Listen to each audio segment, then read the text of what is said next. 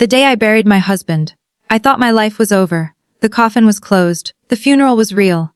The death certificate was official. Everyone said the same thing. Rachel, you have to be strong. But nobody could prepare me for what happened 6 months later.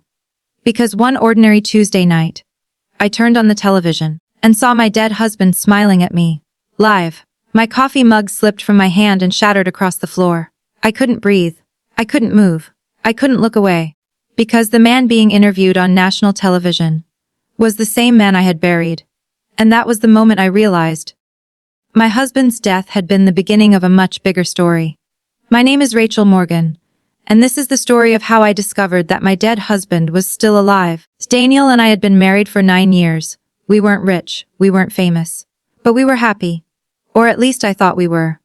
Daniel worked in corporate security. He traveled often, sometimes for days, sometimes for weeks, but I trusted him completely. He was the kind of man everyone liked, polite, reliable, kind, the perfect husband. Then one evening everything changed. A police officer knocked on my door. The moment I saw his face, I knew something was wrong. Mrs. Morgan, my heart immediately sank. There has been an accident. The next few hours felt like a nightmare. A vehicle fire, no survivors. The body had been badly damaged. Identification came from documents and personal belongings. DNA confirmation followed later. Everything pointed to Daniel. Everything. I cried for weeks. Then months. Friends visited. Family helped. Life slowly moved forward, or at least I tried. Then 6 months later, the impossible happened. I was eating dinner while watching the evening news. A special segment appeared. Successful entrepreneurs under 40. Several business leaders were being interviewed. Then suddenly, there he was. The same eyes, the same smile, the same voice. My dead husband. I nearly fainted. The interview identified him as someone else. Ethan Blake, CEO, technology entrepreneur, millionaire. I watched the segment 3 times, then 5 times, then 10. There was no mistake. It was him. The next morning I drove to the city where the company was located.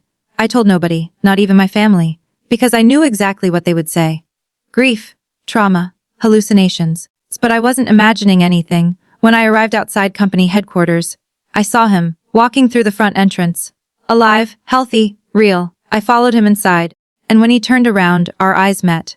For a brief moment, his face turned completely pale, because he recognized me, and that terrified me. A man seeing a stranger doesn't react that way. A husband seeing the wife he abandoned does. Before I could reach him, security escorted me outside. That night my phone rang. It's unknown number. I answered silence. Then a familiar voice. Rachel? I almost stopped breathing. It was him. How are you alive? Several seconds passed. Then he said words I'll never forget. The man you married never existed. My entire world shattered. Over the next few days, the truth emerged piece by piece. Daniel Morgan was not his real name, not even close. His real name was Ethan Blake, the billionaire CEO on television. Years earlier, Ethan had disappeared intentionally. Not from criminals. Not from debt, but from his own family. His father controlled a billion-dollar empire. Powerful people. Dangerous people. A family obsessed with money. Ethan wanted a normal life. A real life. A life where nobody cared about his wealth. So he vanished, created a new identity, and started over. That was when he met me. And for the first time, he experienced something genuine. Real friendship. Real love. Real happiness. But eventually his past caught up. His father died unexpectedly. And Ethan became heir to everything. Returning meant losing me. Telling me the truth meant risking everything. So he made the worst decision possible. He chose deception. The accident had been staged. The death had been staged. Even the funeral. Everything. I hated him, and honestly, I had every right to. For months I refused to speak to him, while reporters celebrated the rise of billionaire Ethan Blake. I mourned the death of a marriage built on lies. Then another truth emerged. The staged death wasn't entirely his decision. Someone had been threatening him. Someone inside the company. Someone willing to kill for control of the empire. The fake death had originally been designed as protection. A temporary disappearance.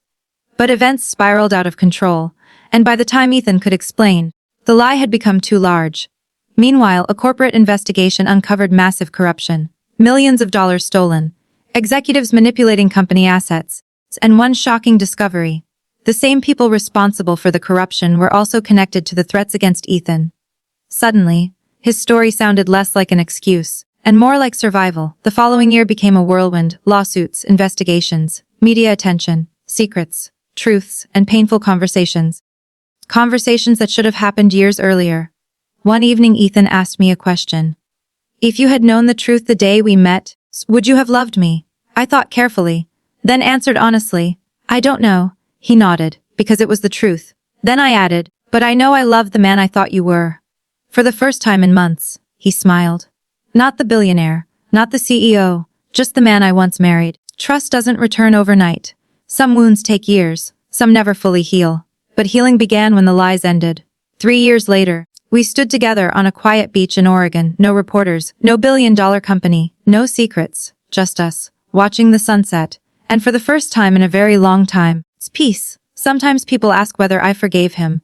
The answer is complicated. Forgiveness isn't forgetting. Forgiveness isn't pretending nothing happened. Forgiveness is choosing not to let pain control your future. My husband died.